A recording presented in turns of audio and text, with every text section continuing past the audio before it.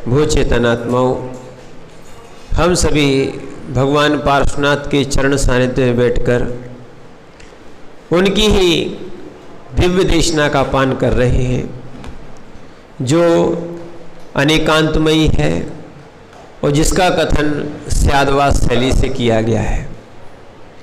प्रत्येक वस्तु अनेकांत धर्म से युक्त होती है, पर उसको हम एक ना एक नए से जानते हैं। समझना, जो नए से जानना यानी कहना, अभी यहाँ पर ये लेना, जो भी कथन होता है वो किसी न किसी एक नए से होता है। कथन नए से होता है।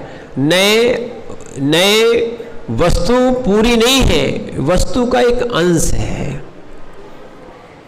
क्या है? जैसे हमारे बहुत से संबंध हैं। क्या है? जीवन में हमारे बहुत से संबंध हैं, पर एक समय में हम एक संबंध को कह पाते हैं, पर हमारे एक साथ बहुत से संबंध हैं। हम पिता भी हैं, पुत्र भी हैं, भाई भी हैं, चाचा भी है, और भी बहुत सारे जो रिश्ते होते हैं वो इसमें घटित कर दो। ऐसे ही वस्तु में भी संबंध नहीं, धर्म की बात कर रहे हैं। बहुत से धर्म होते हैं, बहुत से गुण होते हैं। जिस गुण की प्रधानता होती है उसको कथन कर दिया जाता है, बाकी गुणों का अभाव नहीं होता है। बाकी गुणों का गूढ़ता कर दी जाती है। क्या है? बाकी गुणों को एक को प्रधान करते हैं, दूसरे को गौण कर देते हैं। अभाव नहीं किया है। क्या नहीं किया है? ऐसे ही हर जगह आप करते ही हो, ये चीज़ें आपकी व्यवहार में भी घटित होती हैं, ऐसे यहाँ पर भी घटित होती हैं। जैसे वर्तमान में ये जीव अशुद्ध है। ध्यान रखना, ये जीव कैसा है? ध्यान रखना, जीव दो प्रकार के होते हैं, शुद्ध भी अशुद्ध भी। वर्तमान में कर्म के साथ होने से ये अशुद्ध है। जब इसके साथ ये कर्म हट जाएंगे, यानी जब निज का पुरुषार्थ होगा, जब ये कर्म हट जाएंगे, तो यही जीव शुद्ध हो जाएगा, परमात्मा कहलाएगा। अभी कैसा है? अशुद्ध है। फिर कैसा हो जाएगा? शुद्ध हो जाएगा। ठीक है ना? फिर भी वर्तमान में शुद्ध कहना, ये शुद्ध द्रव्यार्थिक नय का कथन है। क्या है? शक्ति अपेक्षा इसको शुद्ध कहना, ये क्या हो गया? ये शुद्ध द्रव्यार्थिक नय का कथन है। और भगवान को भी मैंने शुद्ध द्रव्य को भी अशुद्ध कहना, ये भूत निगम नय की अपेक्षा से है। जो संसारी थे वही तो सिद्ध बने, जो अशुद्ध था वही तो शुद्ध हुआ। इसीलिए ध्यान रखना, ऐसे शुद्ध होने का जो क्रम है वो है आपके अंतरंग के कर्म जो है ना, जब निकल जाएंगे तब जीव ये शुद्ध होगा। और शुद्ध होने का यहाँ पर एक क्रम बताया था। जब जीव के अंदर श्रद्धान होगा, फिर ज्ञान होगा, उसके बाद आचरण होगा। और आचरण में बताया था कि ये जीव जो है ना शुद्धाचरण को प्राप्त करेगा, अणुव्रत को धारण करेगा। तो ये अभी बता रहे हैं, ये नियम से स्वर्ग जाएगा। कहाँ जाएगा? ठीक है ना? और आपने 5 व्रतों के प्रसिद्ध व्यक्तियों के नाम भी सुने, और इन 5 अव्रतों में यानी पापों में प्रसिद्ध व्यक्तियों के भी नाम सुने। ऐसे ये मात्र 5 नहीं है, ये 5 नहीं है, बहुत सारे जीव हैं जो अणुव्रतों और महाव्रतों में प्रसिद्ध भी हुए हैं, और अनंतानंत जीव कह दें ऐसे पाप में प्रसिद्ध हैं, अशुद्ध अवस्था में बैठे हुए हैं। क्या है? एक और ध्यान रखना, मात्र देखा जा सकता है। जैसे आप जहां बैठे हो उसके नीचे पानी है, उसके नीचे पानी है है तो आप पानी पे कैसे बैठ सकते? पानी में तो डूब जाओगे।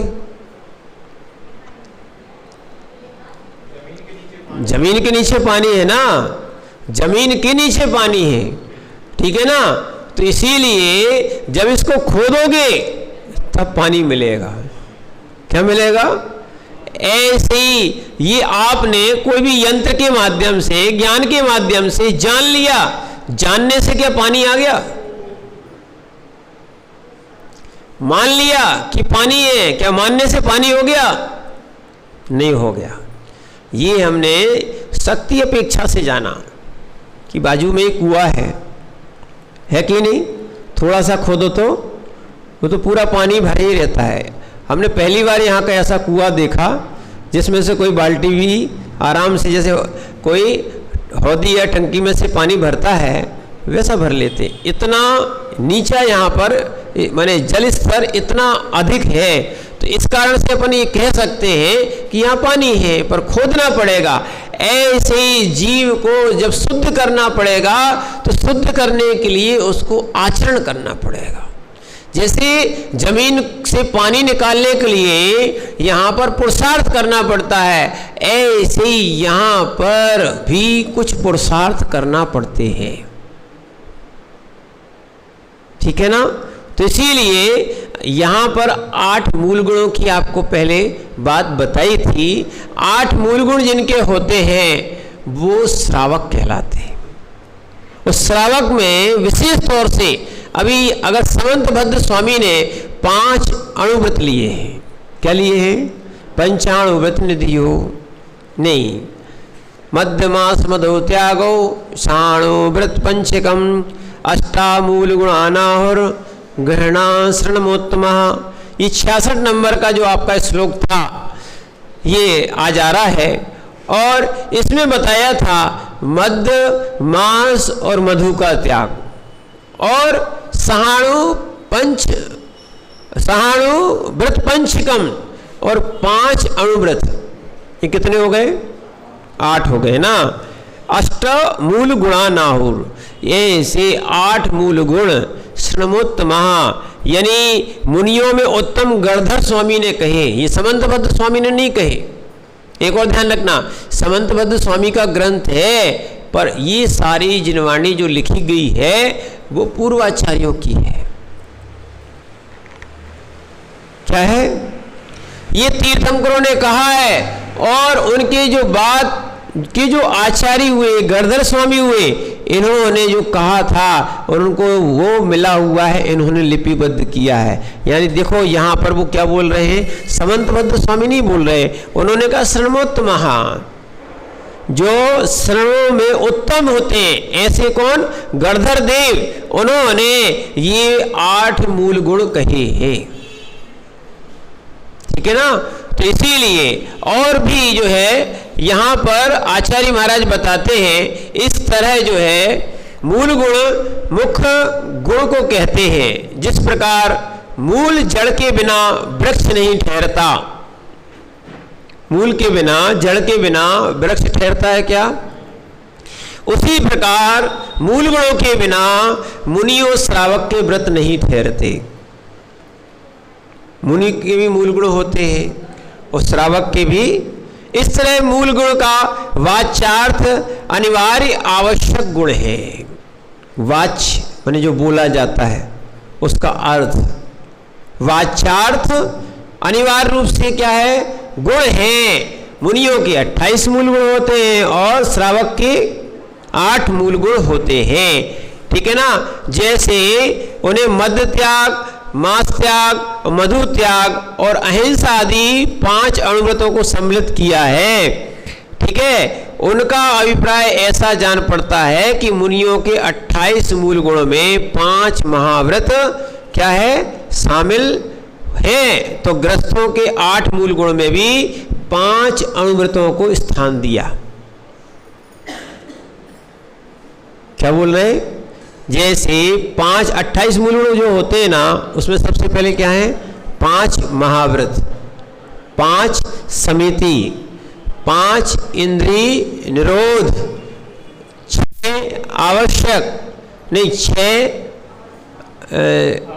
छह आवश्यक और 7 विशेष गुण, ठीक है ना। ये क्या हो गए? 28 मूल गुण।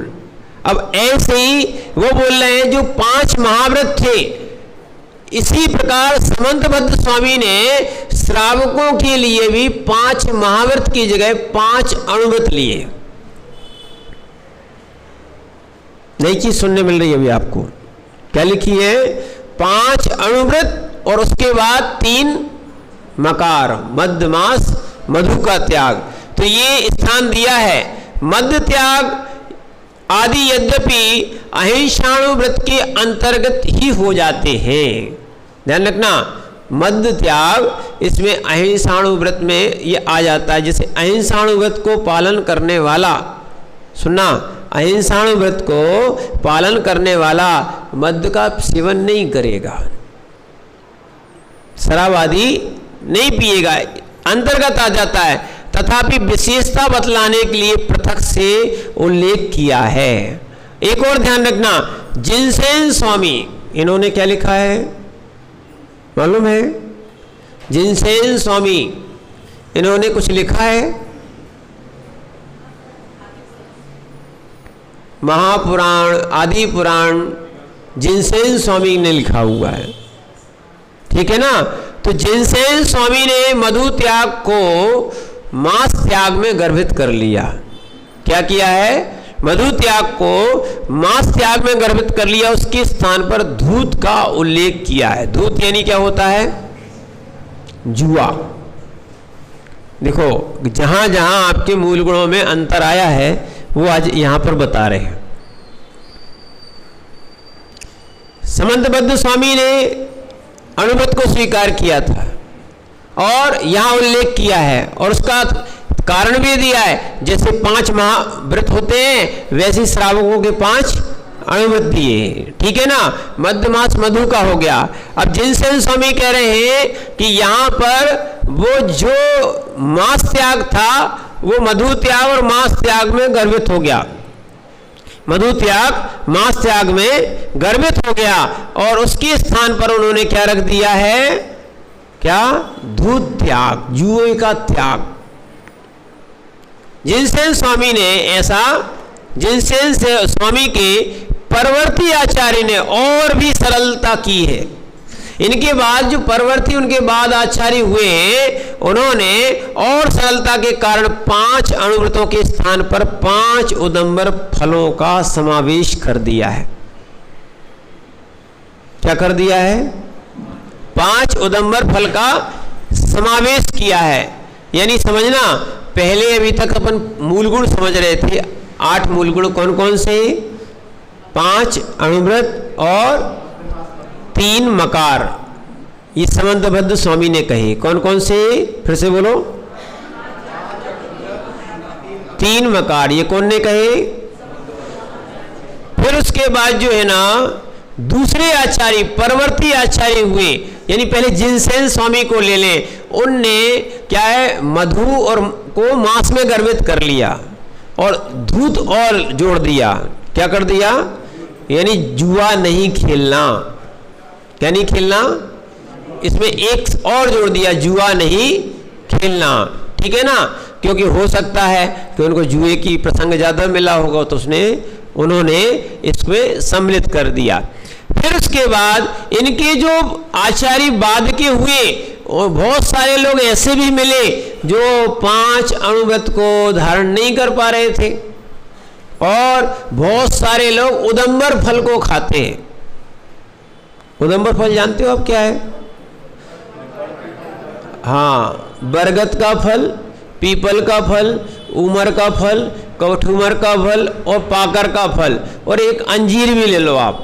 अंजीर तो जानते ही हो, बहुत सारे लोग इसको ड्राई फ्रूट में हो या स्वास्थ्य के लिए खाते हैं। ध्यान रखना, ये उदंबर फल, इनको जैसे ही फोड़ोगे असंख्यात जीव निकलते इसमें से, छोटे छोटे छोटे छोटे त्रस जीव क्या निकलते हैं ऐसे। और देख लेना, ऐसे बहुत से पक्षी और बहुत से चींटे आदि जो है ना इन फल को खाते हैं। वो क्यों खाते हैं? फल खाने नहीं आते, उनमें जीव होते हैं। असंख्यात जीव होते, छोटे छोटे छोटे असंख्यात जीव होते। क्या है, कभी आप इसको मोबाइल से या किसी भी चीज़ से देखना, इसका वीडियो भी डला हुआ है। क्या है, जब आप देखोगे असंख्यात जीवों को खा जाते हैं लोग, तो वो मांस खाने बराबर हो जाता है। ये जिनका मांस का त्याग है वो लोग उदंबर फल को नहीं खा सकते, क्योंकि 2 इंद्री से लेकर 5 इंद्री तक के जीव त्रस कहलाते हैं। इनमें मांस संज्ञा होती है। क्या होती है? एक और ध्यान रखना, बहुत से बच्चे, बहुत से अन्य लोग एक प्रश्न करते हैं कि महाराज जी जैसी लौकी होती है ना, वैसे तो त्रस जीव होते हैं, दोनों को खाना बराबर हो गया। पर ध्यान रखना, दोनों में अंतर है। क्या अंतर है? एक को स्थावर बोलते हैं, जिनमें एक इंद्री मात्र होती है, पर इनमें खून आदि सप्त धातुएं नहीं होती। चलिस भैया, क्या है? स्थावर में ध्यान रखना, कभी नहीं कहना ये पेड़ में हड्डी है, पत्ते में हड्डी दिख रही। मनु, ये होती है क्या? हड्डी होती है क्या? पेड़ में हड्डी होती है क्या?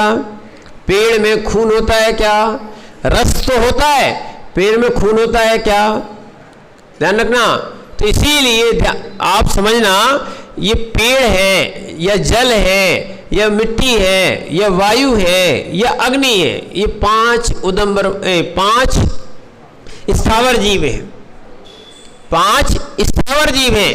इनमें कहीं भी कोई भी जीव में मांस संज्ञा नहीं है। ठीक है ना? पर जैसी उदंबर फलों में ध्यान रखना, फल के अंदर जैसे आम आदि के अंदर भी इल्लियां हो जाती ना, इसीलिए अब आम का प्रयोग नहीं करते। जिनमें इल्लियां हो जाती हैं, ऐसे आम का प्रयोग चातुर्मास में नहीं करते। क्या है? कुछ आम अगर जिनमें इल्लियां ना होती हो वो बात अलग है, पर जो पहले से आ रहे हैं उन आम में, गुठलियों में, सब में क्या हो जाती हैं? इल्ली हो जाती है। समझ में आ रहा? वो 2 इंद्री है, वो मांस है। क्या हो गया?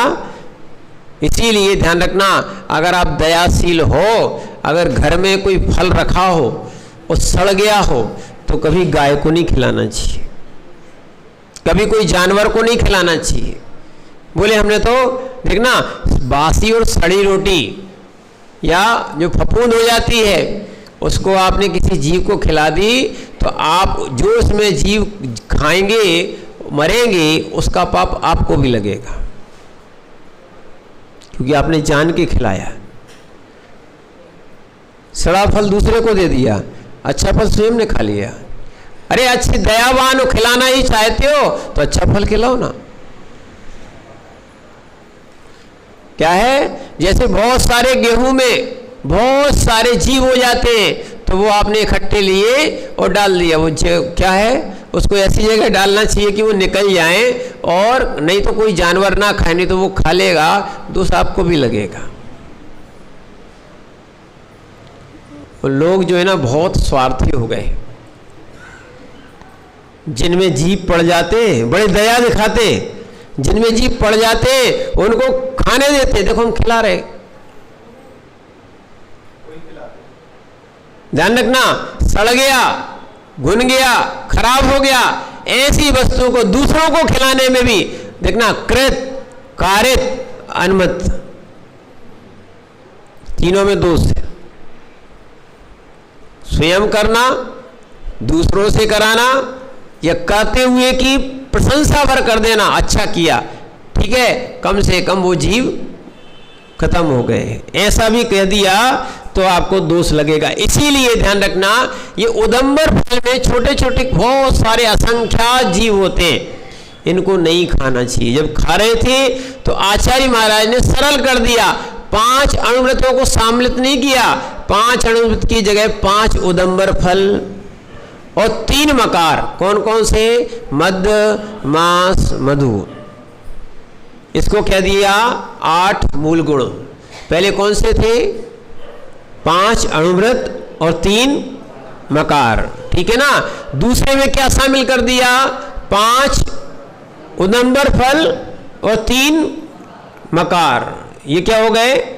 परवर्ती जो आचार्य हुए उन्होंने ऐसा लिखा हुआ है। फिर उसके बाद आसाधर जी पंडित जी हुए। कौन से? ध्यान रखना, ये इसलिए समझा रहे हैं, नहीं तो आसाधर जी पंडित जी वाले ही मूल गुण रखते हैं, दूसरे को मूल गुण नहीं मानते। कई जगह हमें मंदिरों में भी लिखे मिले। तो आसाधर जी ने क्या किया, इन मूल गुणों में भी थोड़ा परिवर्तन किया और उन्हें सागार धर्म मत में एक उनका मत का उल्लेख किया है। उन्होंने मद्य त्याग, मांस त्याग और मधु त्याग क्या कर दिया? ठीक है ना, मद्य त्याग, मांस त्याग, मधु त्याग और रात्रि भोजन का त्याग। 3 पहले मकार ले लिए, उसके बाद क्या लिया? रात्रि भोजन का त्याग और 5 फल त्याग। कौन से? 5 उदंबर फल 1 कर दिया। 3 मकार, रात्रि भोजन और 5 उदंबर फल, कितने हो गए? 5। फिर उसके बाद देव दर्शन, आप्तनुति का अर्थ होता है देव दर्शन। ठीक है, ये इनने अलग से जोड़ा है। फिर उसके बाद जीव दया और जल गालन। क्या है? जल गालन, पानी छान के बिलछानी करके पीना। सब हो सकती है, सब हो सकती है, बस ये है थोड़ा सा वकील साहब प्रमाद छोड़ दो। क्या छोड़ दो? प्रमाद छोड़ दो आप। क्या है? ये नलों का पानी जो आ रहा है या नल आपने हर जगह लगा रखे हैं, इससे दिक्कत हो रही है। अगर आपके घर में छोटी छोटी पहले हौदियाँ होती थी, टब होते थे, टंकियाँ होती थी, आप उससे छानो और नहीं है, कोई दिक्कत नहीं है। नल के नीचे भी एक अपना कोई पात्र रख दो, उसको भर लो। उसको क्या है, जब लेना हो तो उसमें से ले लिया, उसकी बिलछानी उसमें डाल दी, उसकी बिलछानी उसी में डाल दो। देखना, वहां एक पात्र रखना पड़ेगा और उसी में से लेना पड़ेगा। जब वो खाली हो जाए तो नल से भर लेना। ठीक है, अब जब खाली करना पड़े तो उसकी बिलछानी, उसको भी पूरा छान लेना। छानने के बाद फिर उसकी बिलछानी एक साइड रख दी। फिर ऐसे ही करते रहना पड़ेगा। और कभी कभी तो अगर नल की भी बिलछानी है ना, नल की बिलछानी है ना, इस लाइन में बहुत पानी रहता नहीं रहता। सभी नल जो भी लाइन होती है पानी की, नल वाली भी है तो पानी रहता है। जब आपके नल चले जाएं तो वो पानी आप बिलछानी सहित, मैंने थोड़ा सा छना पानी सहित काय में डाल दो, नल में डाल दो, वो वापस हो जाएगा। ध्यान रखना, क्या हो जाएगा? बीच में आपका टिल्लू पंप नहीं होना चाहिए। उसके हो सकता है, उसमें भी हो सकता है जिनके यहाँ टिल्लू भी लगा हुआ है, आप मिस्त्री से कहोगे एक अलग से व्यवस्था बना देगा, उसमें एक पीक लगा दो, यानी जिससे, और उसमें एक बाल लगा दो। जब पानी डालोगे बंद कर दोगे, बात व्यवस्थित। आपकी बिलछानी कहाँ चली गई? नल की बिलछानी नल में जाए, कुएं की बिलछानी कुएं में जाए, बोरिंग की बिलछानी बोरिंग में जाए। पर ऐसा पानी डालना, देखो सत्य तो यही है, ऐसा पानी डालना कि वो वहां तक पहुंच जाए।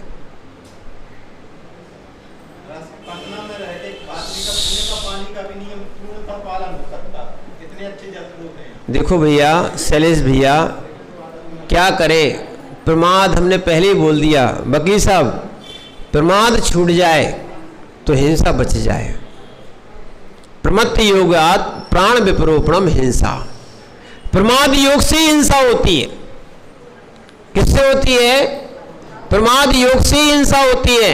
अब देखना, चातुर्मास का समय चल रहा है, आप चाहें, देखना, आप चाहें तो आप आटे को उतना जितना आपको आवश्यक है, लोगों को तो इतना मालूम है कि इतनी कटोरी आज लगता है,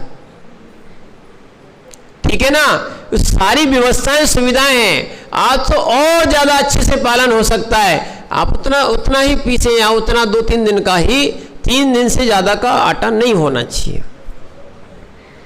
पर क्या करे, प्रमाद हो गया है, कौन उसको धोए, कौन उसको छाने, कौन उसको पीसे, इसलिए पैकेट का आटा शुरू हो गया है। क्या है? ये सब प्रमाद के कारण हुआ। और सुन लो भैया, जो जो प्रमादी लोग हैं इनको रोग हो रहे हैं। इससे समय बच गया तो टीवी मोबाइल और चर्चाओं में ये व्यतीत होता है। तो इसमें क्या है, आपका जो दिमाग है ना वो आपका ज़्यादा उपयोग होने लगा। कैसा? इन राग देश की चर्चाओं में, और इससे संक्लिष्टताएं बढ़ने लगी हैं, जबकि ये उपयोग होना चाहिए था। अगर ऐसी सुविधा भी मिल रही है तो बहुत, तो आप स्वाध्याय में जाओ। क्या करो आप? तो स्वाध्याय हम करते नहीं हैं क्योंकि हमारी रुचि नहीं है। सत्य तो यही है, सम्यक दृष्टि बनोगे तो स्वाध्याय का भी आपको रुचि बनेगी।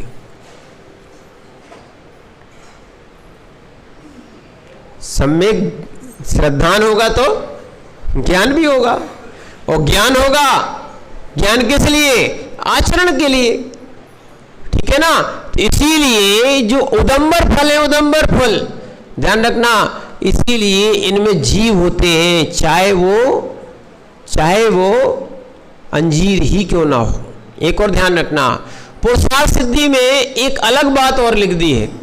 जैसे मध्य मास मधु का त्याग लिखा है, वैसे ही ध्यान रखना, वैसे ही श्रावकों के लिए क्या मक्खन नहीं खाना चाहिए, बटर क्या नहीं खाना चाहिए। यानी अगर वो उसमें आपके क्या बोलते नहीं, जिसमें से निकालते हैं मट्टी में डला हुआ है, उसको 48 मिनट के अंदर अंदर तक तो आप खा सकते हो। अगर नहीं खाया, अगर वो रखा हुआ है, तो जिस जाति के दूध होता है, माने जिसका दूध होगा, है ना, उसी जाति के पंचेंद्री, संगी पंचेंद्री सम्मूर्छन गाय भैंस जो है ना, वो उसमें उत्पन्न हो जाएंगे, और उसको खाने से मांस खाने बराबर दोष लगेगा। ये 4 महाविकार बताए, मद्य, मांस, मधु और मक्खन। समझना? नहीं तो बहुत सारे लोग, हम लोगों ने भी किया पहले, मक्खन आता था, उस पे रख दो रोटी पे, गरम रोटी पे, तो क्या है, घी बन जाता था। बहुत सारी चीज़ों में आज आपके यहाँ जो आइटम बनते हैं घर के, बहुत सारे लोग मक्खन लगा के, और कई लोग तो ब्रेड आदि पे, वैसे ब्रेड अवक्ष है। क्या है? ब्रेड जो है ना, ईस्ट जीवाणु डलते उसमें, फंगस क्या डलते हैं, देख लो ना। और एक बार अभी क्या हुआ था, एक पेपर की कटिंग भी हमारे पास रखी हुई थी राजस्थान में। कहाँ? राजस्थान में एक व्यक्ति क्या लेके आया, ब्रेड, और ब्रेड जैसे ही लेके आया तो उसने क्या देखा, जैसे ब्रेड खोली तो उसमें एक चूजे की गर्दन थी। क्या थी? चूजे की। चूजे समझ गए? चूजा क्या होता है? चूहे तो हाँ ठीक, मुर्गी का बच्चा, उसकी गर्दन थी। वो बोलने लगे कि हम ये मांस नहीं डालते, पर इसमें अंडा मिलाते हैं, तो कोई अंडा फूट गया होगा, कोई कंपनी पे क्लेम किया, तो उन्होंने क्या बता दिया, कोई अंडा है ना वो फूट गया होगा, यानी उसमें से बच्चा हो गया होगा, तो वो धोखे से डल गया। क्या कर सकते हैं? फंगस के समय ब्रेड में अंडा डलता है, तभी तो ये बात आई। बहुत सारी चीजें ऐसी हैं जो आप घर की चीजें खाओगे, एक तो टैक्स नहीं लगेगा, ठीक है ना, और दूसरी बात क्या है, पाप नहीं लगेगा। क्या नहीं लगेगा? पाप नहीं लगेगा। और दूसरी बात, घर की वैसे खाना नहीं चाहिए, घर की बासी रोटी पराठे खा लोगे उतना पाप नहीं लगता जितना ब्रेड में लगता है। बिस्किट आदि है जो बहुत दिनों के हो जाते हैं ना, इनको खाने से ध्यान रखना, जैसे अचार भी, अचार में क्या है, इल्लियां हो जाती हैं। क्या हो जाती है? आज देखो क्या है, अब आपके मूल गुण चल रहे हैं तो बता रहे हैं, सुनना ही पड़ेगा, क्योंकि ये चार जो है ना, चार महाविकार भी बता रहे हैं और ऐसे ऐसे लोग हैं। क्योंकि यहाँ अगर जीव ने रात्रि भोजन त्याग नहीं किया, जीव ने आचार का त्याग नहीं किया, जीव ने अगर मनुष्य होने के बाद भी यदि परस्त्री सेवन का त्याग नहीं किया, क्योंकि कल आपको बताया था, ठीक है ना, और यदि जीव ने ये जमीन कंद या इसको जमीन कंद कहें, इनका त्याग नहीं किया, तो लिखा है ये नरक के 4 दरवाजे हैं। क्या है? जिस जीव को मोक्ष जाने की सामर्थ्य है, वो जीव अज्ञानता से, असंयम से क्या कर रहा है? कहाँ जा रहा है? नरक में जा रहा है। सोचो भैया, ये तो जैन दर्शन मिला अपन को, तो ये सुनने मिल रहा, क्या है? नहीं तो कोई बता सकता है कि आचार में जीव होते हैं? यहां तक कि जैन दर्शन मिला है। आप पुण्यात्मा हो, आपको समझ में आ रहा है क्या कि आपकी जो रोटियां हैं, यानी जो आटे के आदि की चीजें हैं, इनकी मर्यादा कितनी? बोले सुबह बनाई थी, दूसरे दिन तक चल जाएगी। 6 घंटे की मर्यादा है। पूड़ी की ज्यादा हो जाती है, बस 12 घंटे की रहेगी। पानी की ध्यान रखना, पानी की गरम कर दोगे, यानी उबाल दोगे, गरम नहीं करना। उबालने से 24 घंटे की, इससे ज्यादा मर्यादा ध्यान रखना।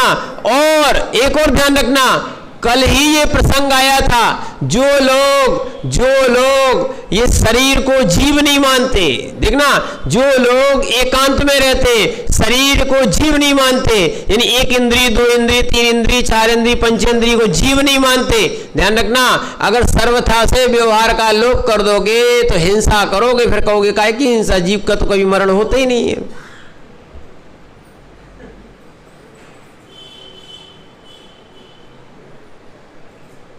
समझना, पुद्गल और जीव मिश्र अवस्था में है। कैसा है? मिश्र अवस्था में है। इसका घात करोगे तो पाप लगेगा, लगेगा कि नहीं? ऐसे जो जीव है, एक इंद्रिय से लेके पंचेंद्रिय तक के जीवों का घात करोगे तो आपको नियम से हिंसा का दोष लगेगा। फिर से समझ लो, क्या है? लोग बार बार पूछ रहे थे, संकल्पी हिंसा का अर्थ अलग है। अब समझो, हमने किसी जीव को मारने के उद्देश्य से जो कार्य किया है वो क्या है? संकल्पी हिंसा। समझना अच्छे से, लोग बार बार नहीं समझ पा रहे थे। जैसे कि देखो, एक कृषक है, एक किसान है, खेती करता है अनाज के लिए। किसके लिए? अनाज के लिए। उसको संकल्पी हिंसा का दोष नहीं लगेगा। भले हल चलाते समय या बहुत सारी चीजें करते समय उसने क्या किया है, वहां पर खेत को जोता है, ठीक है ना, वहां उसको संकल्पी हिंसा का दोष, क्योंकि उसने अनाज के लिए खेती की है। किसके लिए? पर इसका विपरीत अर्थ नहीं लगा लेना कि जीवों को दवाई मारने के लिए डालो और कहो संकल्पी हिंसा नहीं लगेगी। मारना के उद्देश्य जहां रहेगा वहां संकल्पी हिंसा का दोष लगेगा। और जैसे मछुआरा है, मछुआरा दिन भर मछली पकड़ने बैठा है, एक भी मछली उसकी जो है ना पकड़ में नहीं आई, पर उसके लिए दिन भर तक के लिए संकल्पी हिंसा का ही दोष लगेगा।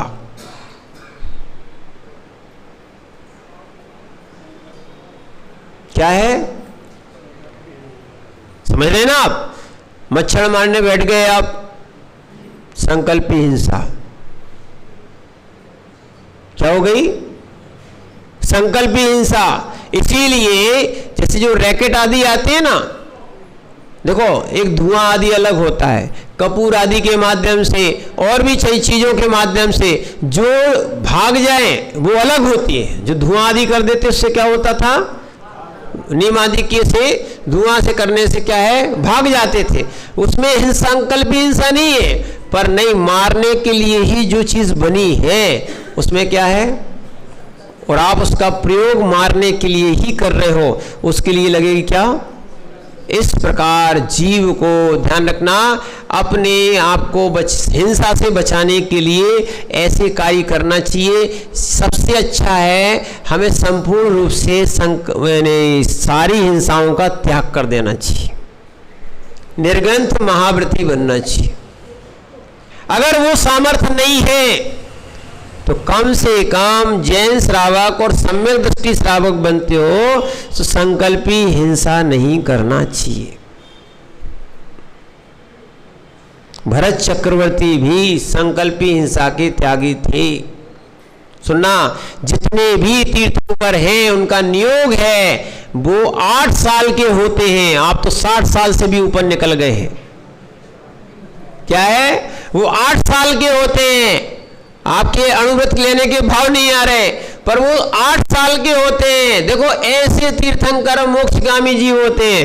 जैसे ही 8 साल होता है, 8वां साल उनका पूर्ण हुआ, अंतर्मुक्त हुआ, वो स्वयं अवधि ज्ञान धारक होते हैं, तो स्वयं अणुव्रतों को स्वीकार करते हैं। और आज हम कहते हैं कि व्रतों से क्या होता है, अणुव्रती बन जाते हैं। पढ़ो आप जितने भी प्रथमान योग के ग्रंथ हैं, ये है ज्ञान जिनको ज्ञान मिला है। और उन्होंने 8 वर्ष, इसलिए तो 8 वर्ष तक के बालक को नियम नहीं दिलाए जाते, वो अयोग्य है। और 8 वर्ष के बाद फिर वो नियम ले सकता है, दीक्षा ले सकता है। ठीक है ना।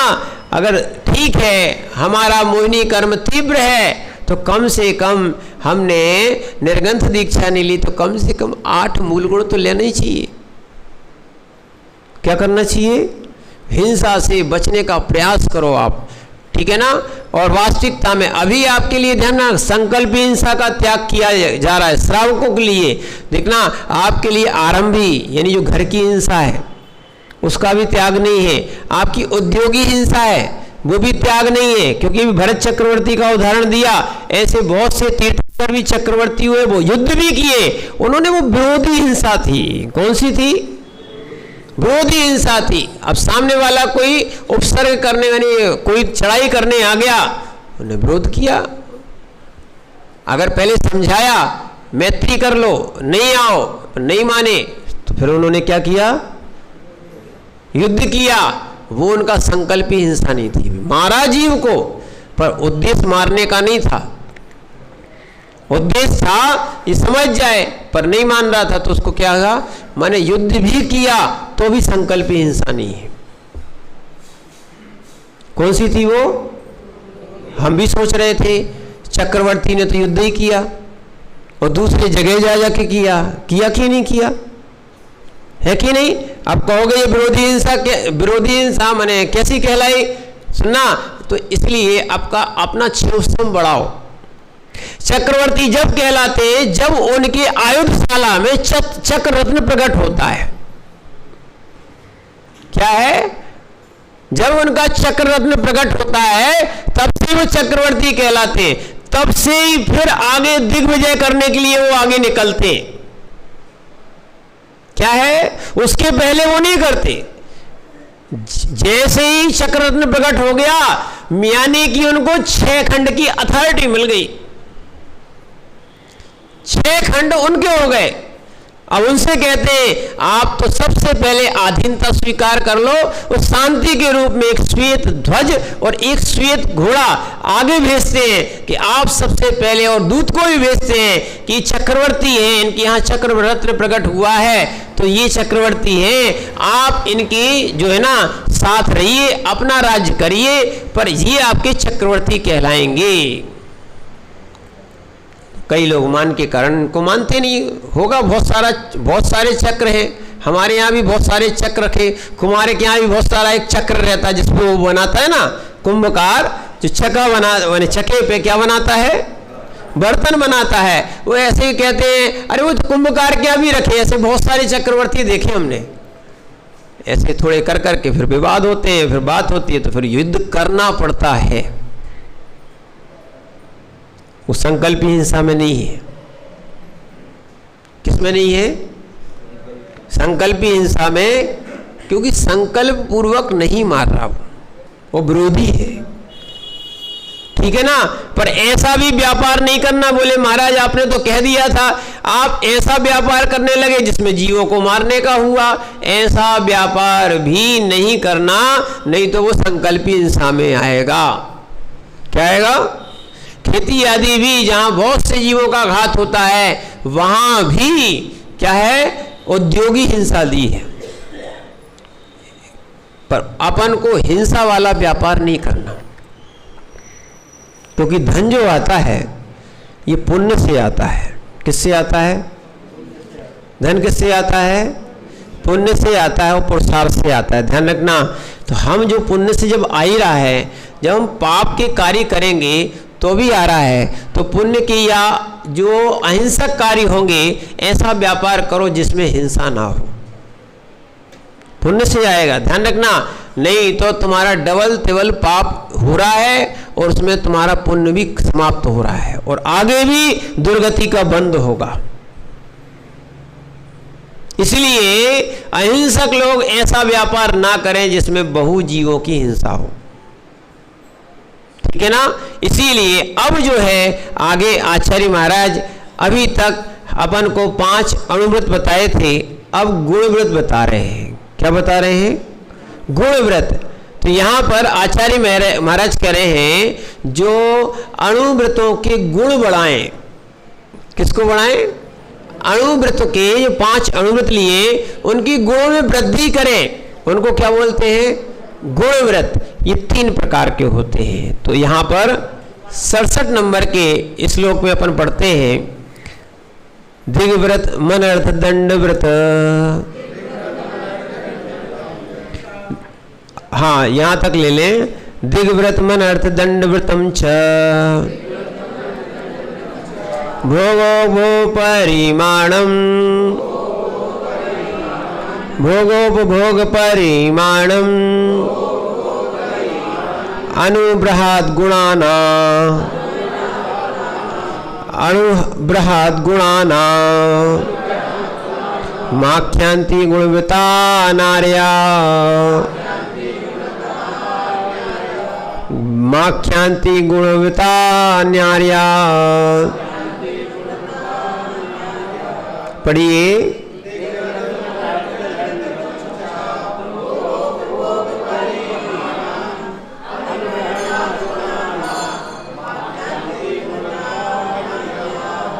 आर्या, कितना अच्छा शब्द दिया। अपन कौन से खंड में रहते हैं? आर्य खंड में। आर्या तीर्थंकर देव।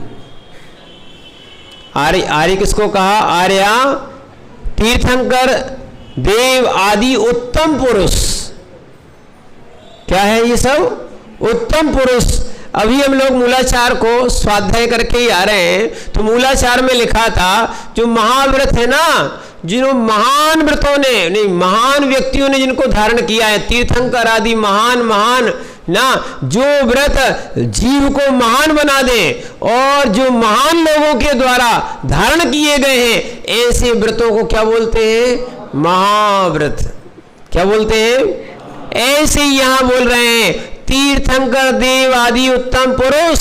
देखो अभी आपको बता रहे थे ये 5 अणुव्रती यानी तीर्थंकर होते कि नहीं होते?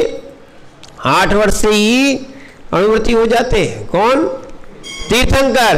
तो ऐसे ही बोल रहे हैं आर्या तीर्थंकर देव आदि उत्तम पुरुष मूल गुणानाम, मूल गुणों की अनुब्रहात वृद्धि करने के कारण दिग्व्रतम, दिग्व्रत को, अनर्थ दंड व्रतम, अनर्थ दंड व्रत को, और भोगो भोग परिमाणम, भोगो भोग परिमाण को गुण व्रत कहते हैं। ये 3 हैं। कौन कौन से?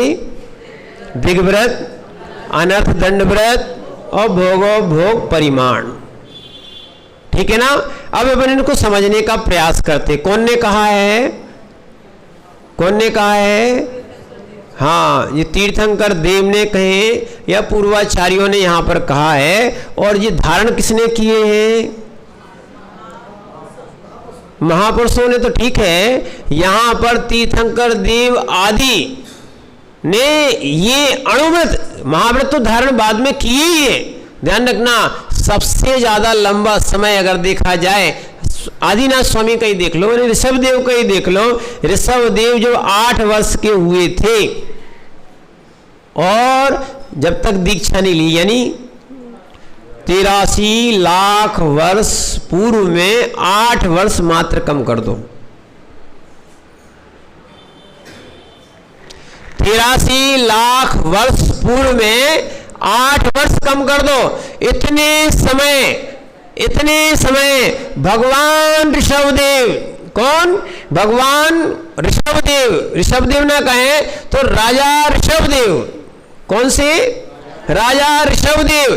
सबसे लंबा काल, वैसे तो इनका भी था, क्या नाम, भरत स्वामी का भी था, इनका तो और ज्यादा था, क्योंकि इनकी भी आयु 84 लाख वर्ष पूर्व की थी। जितनी पिता की थी उतनी पुत्र की थी, और लंबाई भी उतनी थी, माने ऊंचाई भी उतनी थी, और आयु भी उतनी थी।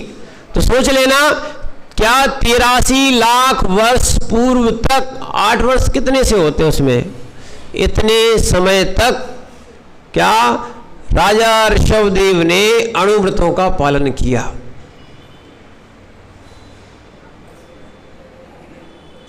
सोचना आप, अपनी आयु कितनी सी बची है? क्या है? 83 भी नहीं होगी पूरी। क्या है? उनकी तो 84 लाख वर्ष और पूर्व, ठीक है ना। और फिर भी हमारे संयम के भाव नहीं हो रहे। अब देखना, बिल्कुल कम समय मिला है। क्या मिला है? जैसे वो क्रिकेट मैच होता है ना, 5 दिन का था, फिर 1 दिन का बचा, अब 1 दिन में भी क्या है, अब उसके भी छोटे हो गए। क्या है? बस 10-10 ओवर का मैच होता है। अब उसमें क्या होता है? अरे ठीक है, तुम एक बॉल को कर लो, हमें करना क्या है? ठीक है, तुम्हारी घर की चक्की है, तुम्हारा जितना पीसना उतना पीस सकते हो, जितना काम करना उतना कम कर सकते हो। तो कहने का अर्थ ये है कि देखो, इतना अल्प समय बचा है, जब इतने लंबे समय तक उन जीव ने महाव्रत माने इनको अणुव्रतों को धारण किया। हमारे पास तो थोड़ा सा समय है। और एक और बहुत अच्छी सी बात बताएं, जो चतुर्थ काल में 1000 वर्ष की साधना में जो फल मिलता था, वो आज पंचम काल में 1 वर्ष की साधना में वो फल मिलता है। अब बताओ मनु भैया, कि चतुर्थ काल अच्छा कि पंचम काल अच्छा?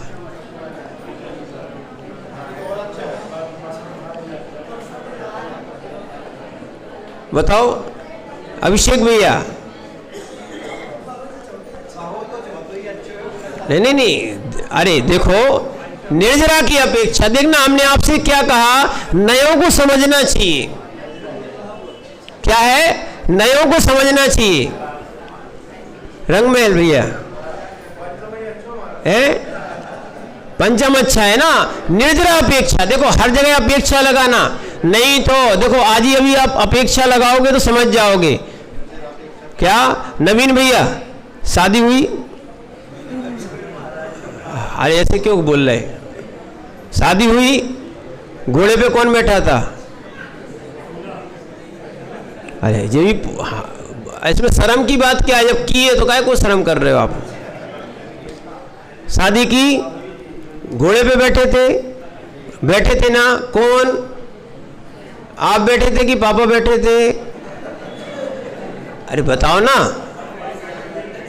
अरे आप लोग बोलने नहीं दे रहे भैया। कौन बैठे थे? आप बैठे थे ना। पर बड़े कौन थे? पापा बड़े थे कि नहीं थे घर में? पापा भी हो सकते दादा भी हो। नहीं माना कि किसी के दादा भी हो सकते हैं, दादा भी रहते हैं। क्या उन दादा और पापा को घोड़े पे बिठा लिया जाएगा? बिठाला जाएगा क्या?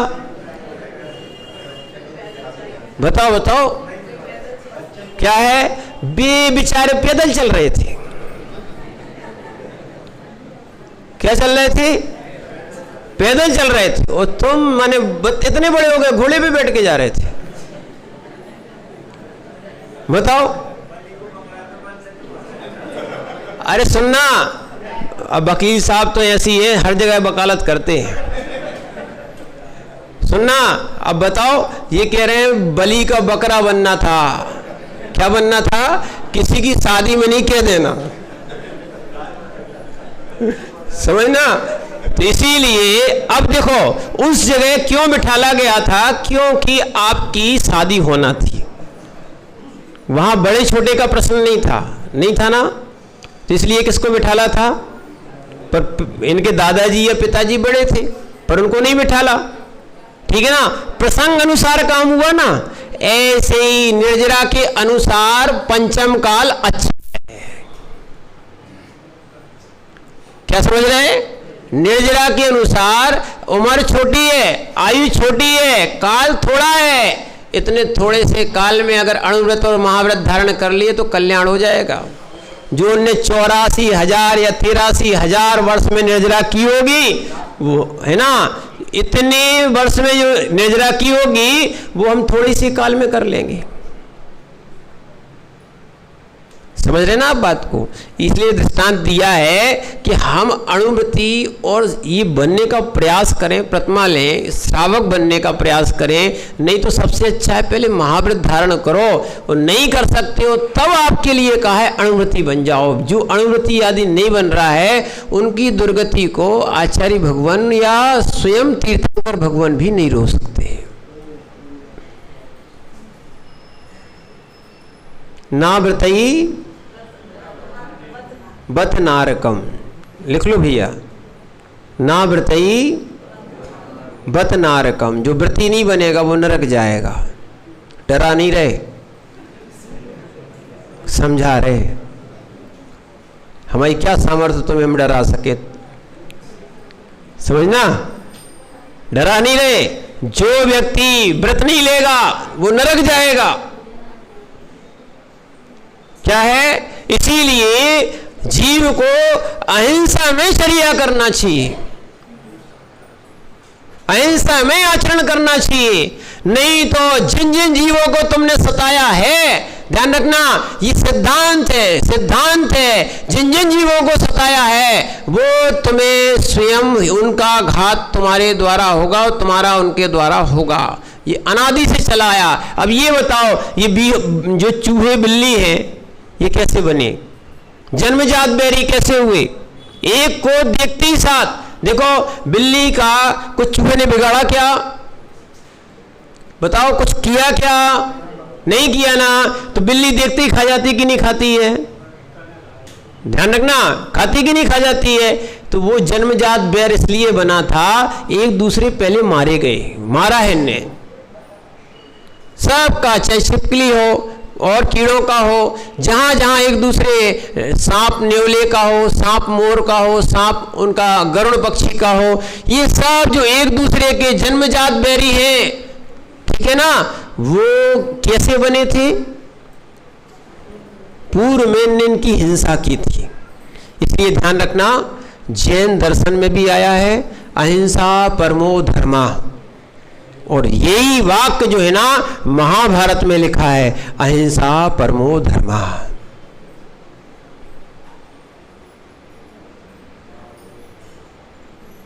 महाभारत में भी क्या अहिंसा की बहुत अच्छी परिभाषाएं मिलेंगी आपको। क्या है? यहां तक अपने जैन दर्शन में तो कहा गया है। अभी हम लोग गए थे अमरकंटक, वहां पहली बार देखा एक मार्कंडे आश्रम था। क्या था? मार्कंडे ऋषि लिखा। उन मार्कंडे ऋषि तक ने, ध्यान रखना, ये नहीं मानना कि शाम को या जैनों के यहाँ कहा जाता है कि शाम को भोजन कर लो या सूर्यास्त के पहले भोजन कर लो, नहीं, मार्कंडे ऋषि तक ने लिखा है अन्नम मांस कवलस्य, यानी अन्न खाओगे तो मांस के समान होगा। और रुद्रम, ये माने पानी के लिए रुधिर लिखा है। सुनना, इसीलिए बहुत अच्छा, ये चीज़ें समझना चाहिए कि मार्कंडेय यानी अन्य जगह भी इन सब का उल्लेख है। यानी अहिंसा परमो धर्मा, अहिंसा कैसा था?